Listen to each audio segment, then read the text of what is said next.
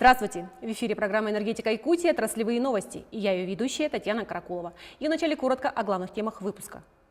В Якутске стартовала ремонтная кампания 2019 года. Энергосбыт переводит на прямые договоры собственников помещений многоквартирных домов. Сразу 4 команды Якутскэнерго стали победителями корпоративного чемпионата по инновациям и рационализации РАЦЭНЕРЖИ. В Якутске стартовала ремонтная кампания 2019 года. Специалисты Якутской ТЭЦ проверяют тепловые магистрали на наличие дефектов. В этом сезоне на подготовку сетей и труб подачи холодной и горячей воды в столице региона выделят свыше 160 миллионов рублей. О том, как идет подготовка к зиме, смотрите в нашем сюжете. Как только на улице установилась теплая погода, бригады слесарей приступили к проверке тепловых сетей. Еще не закончился один отопительный сезон, а уже пора готовиться к следующему. Закрыл 3,7Б с байпасом. Первым делом специалисты перекрывают одну из тепловых магистралей. Это делается для того, чтобы обследовать ее на наличие дефектов. Затем воду из трубы спускают в канаву. Места слива заранее согласованы с городскими коммунальщиками. Теперь теплосеть готова к проведению сварочных работ. Выявляются дефекты в основном это трещины в сварных швах, небольшие свищи. Для устранения данного дефекта нам необходимо вывести оборудование в ремонт. Весь процесс отлажен таким образом, чтобы горожане не почувствовали никаких неудобств. Температура на улице по-прежнему близка к нулю, поэтому важно не останавливать подачу тепла в дома. У нас в районах Крайнего Севера идет 4-трубная система, то есть есть рабочая нитка, есть резервная. Это сделано, опять же, исходя из того, что мы работаем в условиях экстремально низких температур. Поэтому потребители, как правило, не чувствуют этого процесса. Они запитываются от резервной нитки и, по сути, надежно получают тепло.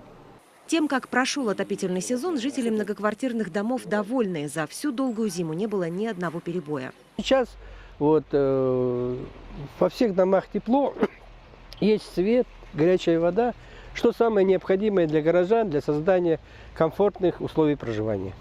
Ремонтная кампания традиционно проходит в несколько этапов. В этом году на подготовку тепловых сетей и сетей горячей и холодной воды в Якутске выделят 165 миллионов рублей. Работы предстоит много, поэтому даже несмотря на то, что весна только началась, энергетики не останавливают работы ни на день. Надежность электроснабжения Центрального энергорайона повышается.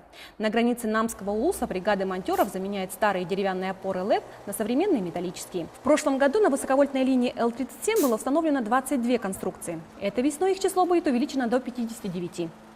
Энергосбыт переводит на прямые договоры собственников помещений многоквартирных домов. Напомню, что это стало возможным после принятия соответствующего закона в апреле прошлого года. На сегодняшний день на новую систему оплаты коммунальных услуг в Якутске перешли десятки домов. Прямые договоры могут быть заключены по инициативе жильцов. Для этого им нужно провести общее собрание. В том же порядке, в котором проводятся все остальные общие собрания собственников. А также такие договоры могут быть заключены по инициативе ресурсоснабжающей организации. Схема удобная для нас и для потребителя. То есть это действительно такой посредник, так скажем, устраняется из наших взаимоотношений. И поэтому, как только этот закон вступил в силу, у нас очень много обращений с тех пор поступило. Оплату по прямым договорам следует осуществлять непосредственно поставщику Якутскэнерго через кассы энергосбыта. Теплоэнергетики Якутии подводят итоги отопительного сезона.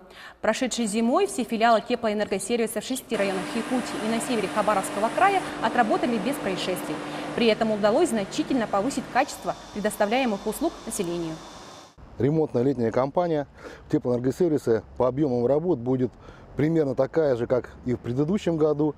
714 миллионов необходимо будет освоить. Сейчас, в настоящий момент, проходит завершающий этап конкурсные процедуры по определению подрядных организаций по поставке оборудования, материалов. Самые большие объемы работ в Алданском и Ленском районе.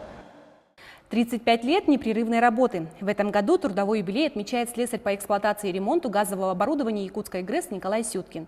За все это время ветеран отрасли подготовил для энергетики несколько поколений молодых специалистов. Наш следующий сюжет об одном из самых квалифицированных работников станции. Сотни шайб, прокладок и множество агрегатов. Все эти детали на Якутской ГРЭС он знает наизусть. Николай Павлович Сюткин работает на станции уже 35-й год. Начинал с дежурного электрослесаря и дослужился до специалиста 5-го разряда. Но в далеком 1981 году он даже и не помышлял о работе энергетиком. Женился, а общежитие не дали.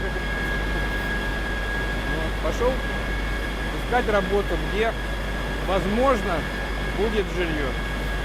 Все, попал сюда. Все эти годы главная электростанция Якутска развивалась при активном участии Николая Павловича. Старые турбины менялись на новые, более современные. Появились аварийные и резервные источники. Сложно было, когда между двух турбин вот тут все разломано, все переделывается и монтируется новое. Все справились как-то. Сегодня Николай Сюткин один из самых квалифицированных рабочих. В трудовой характеристике записано, что он качественно выполняет свои обязанности и способен справляться с большим объемом работы. В общении открыт, вежлив и принципиален. К тому же воспитал не одно поколение молодых энергетиков.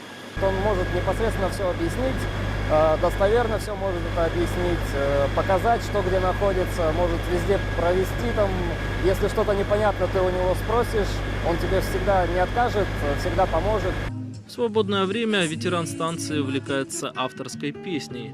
Всей семьей принимают участие в музыкальных мероприятиях. Всегда желанные гости на главном бардовском фестивале Якутии «Берег дружбы». Ты все снишься мне, Санкт-Петербург, мне бы. За время работы на Якутской ГРЭС Николай Сюткин неоднократно был награжден почетными грамотами. Сегодня, как и 35 лет назад, он гордится своей профессией. Потому что Якутская ГРЭС – это энергетическое сердце. Во время дежурных смен не раз приходилось принимать незамедлительные меры, чтобы предотвратить повреждение оборудования. И во многом благодаря его смекалке и опыту все эти годы станция работает без перебоев.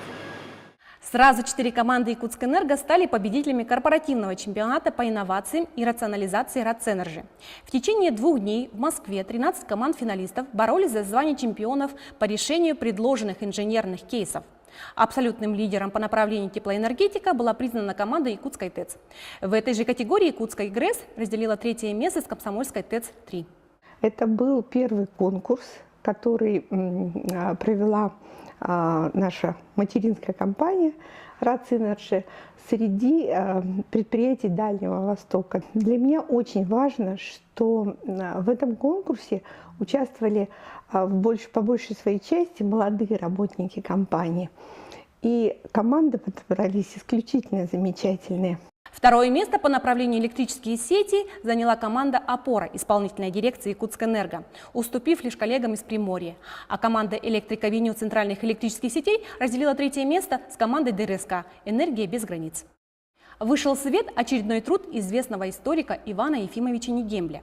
2-й том книги «Авиаторы Якутии в годы войны» рассказывает о ветеранах Великой Отечественной войны, работниках авиапредприятий нашей республики. В нем собраны десятки историй о героических судьбах наших земляков. Одним из первых изданий с подписью автора получил генеральный директор Якутскэнерго, народный депутат Александр Слоик, который оказал спонсорскую помощь. Работая над этой темой, я нашел много интересных судеб людей с такой драматической часто биографией и с такой, я бы сказал, героической. Много было авиаторов, награжденных очень престижным орденом Красного Знамени. Конечно же, это очень ценно для воспитания нашей молодежи, для патриотического воспитания. И это очень важно, что книга вышла как раз накануне празднования 9 мая, Дня Победы. То есть, поэтому я желаю Ивану Ефимовичу еще новых творческих успехов, потому что то, что делает, очень полезно. Сегодня на счету Ивана Нигембля уже больше 50 книг об истории авиации Якутии. И на достигнутом он останавливаться не собирается. Лучшие энергетики масс-рестлеры работают в центральных электрических сетях. Такой результат соревнований на Кубок Победы среди предприятий Якутскэнерго. Спортивные соревнования накануне 9 мая энергетики проводят ежегодно. В этот раз Кубок Победы стал внутренним отборочным этапом перед 4-й спартакиадой трудовых коллективов Федерации профсоюзов Якутии. И на этом все. До встречи!